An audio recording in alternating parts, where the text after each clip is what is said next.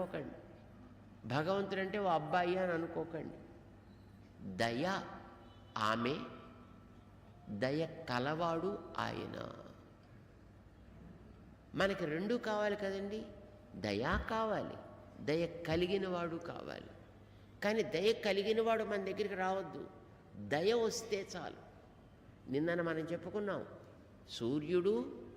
సూర్యుడి యొక్క ఎండ, ఇవి రెండూ ఉంటే రెండు కలిసే ఉంటాయి ఎప్పుడు. కనుక మనకి రెండూ ఉపాధేయమే, రెండు తీసుకోదగినవే. కానీ సూర్యుడు మన దగ్గరికి రావద్దు. సూర్యుడు వస్తే మనం కాస్త కాలిపోతాం. సూర్యుడి ఎండ మన దగ్గరికి వస్తే చాలు, మన పనులన్నీ నెరవేరుతాయి. కానీ ఇద్దరు కలిసే ఉంటారు, ఎండ సూర్యుడు. ఇది మనకు తెలుసును కదా. అట్లానే అమ్మ ఎండ లాంటిది, ఆయన సూర్యుడు లాంటి వాడు. రెండు కలిసే ఉంటాయి. కానీ మన దగ్గరికి రావాల్సింది అమ్మ. అయితే మనం అమ్మని ఆశ్రయిస్తున్నా ఆయన మనని ఏదో రకంగా తన వైపు తిప్పుకోవాలి అని చూస్తాడు. ఎందుకని? దయాళువు ఇవ్వగలిగిన వాడు కనుక మనని అట్లా బాగు చేయాలి అని చూస్తాడు ఆయన. దయ కలిగిన వాడు ఆయన. ఆయన వైపు మనం వెళ్ళాలి. కానీ అమ్మ తీసుకెళ్ళాలి. అమ్మ ముందుండాలి, వెనక ఆయన ఉండాలి. ఇదేంటి నియమం. మనకు కావలసింది అమ్మ ఎంత చెబితే అంత వినేట్టు ఉండాలి ఆయన. ఇదే కదండి ఇంట్లో కోరుకుంటాం మనం. ఇంట్లో పిల్లలు ఏం కోరుకుంటారండి? అమ్మ నాన్న ఇద్దరిలో ఎవరు ఎక్కువ ప్రేమిస్తారండి? అమ్మనే ప్రేమిస్తారు. ఎందుకని? అమ్మ ప్రేమ కనుక. అమ్మ అంటేనే ప్రేమ. ప్రేమ కలది అమ్మ కాదండి, అమ్మ అంటే ప్రేమే.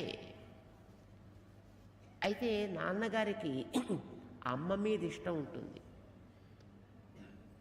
అమ్మ మీద ఇష్టం ఉంటుంది కనుక అమ్మ ఎంత చెబితే అంత ఆయన వింటాడే. అంచేత మన అమ్మని పట్టుకుంటాం. అమ్మ చెప్పినట్లుగా వినే నాన్నగారి వల్ల మనం పోషణ పొందుతాం, రక్షణ పొందుతాం. నాన్న అమ్మకి ఎంత పరవశుడయ్యుంటే మనకంత ఆనందం. ఎందుకు చెదిరిపోతుందా అని అంటే, మా ఆవిడ ఎప్పుడు జ్ఞాపకం వస్తుందండి అన్నాడు. రహస్యం చెప్పావు నువ్వు, నిజంగాను చాలా గొప్పవాడివి. మరి మీ ఆవిడ జ్ఞాపకం వస్తుంది కదా, ఎప్పుడు మీ ఆవిడ లోపల నీకు కనిపిస్తోంది కదా. మీ ఆవిడ నీకు లోపల కనిపించడానికి ఆవిడ గురించి నువ్వు ఎంతకాలం జపం చేశావు, ఎంతకాలం తపస్సు చేశావు, ఎంతకాలం యోగం చేశావు, ఎన్ని యాగాలు చేశావు? ఏమైనా చేసావా? ఏం లేదండి. మరి లేకపోయినా నీకు మాటి మాటికి ఎప్పుడు ఎందుకు జ్ఞాపకం వస్తుంది? చిన్నప్పుడు ఆవిడ తెలుసునా? తెలియదు. మరి ఎందుకు నీ మధ్యలో ఎప్పుడో పట్టుకొచ్చి నిన్ను కలిపారు. ఇంక కలిపినప్పటి నుంచి ఇంక నీకు ఆవిడే జ్ఞాపకం వస్తుంది. నీకు ఎందుకు జ్ఞాపకం వస్తుంది? ఎందుకు నీకు వద్దనుకున్న దానివైపే మనస్సు పోతుంది? రెండు కారణాలు. ఒకటి, నాది అని అనుకున్నావు కనుక. రెండు, నాది ఆనందము అని అనుకున్నావు కనుక. రెండు కారణాలు.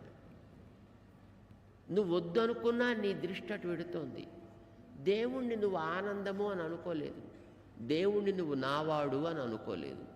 అందుకోసం నీ మనసు అటుపక్కకి పోవటం లేదు.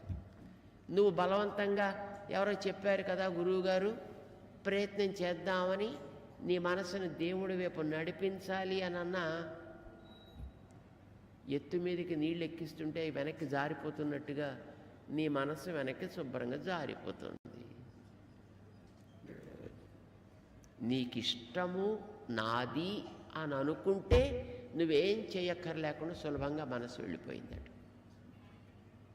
దేవుడి మీదైనా అంతే. అది నీకు ఇష్టము నీది అని అనుకో, దేవుడు నీ మనసు నువ్వు చెప్పక్కర్లేకుండా అటు పక్కకి పోతుంది.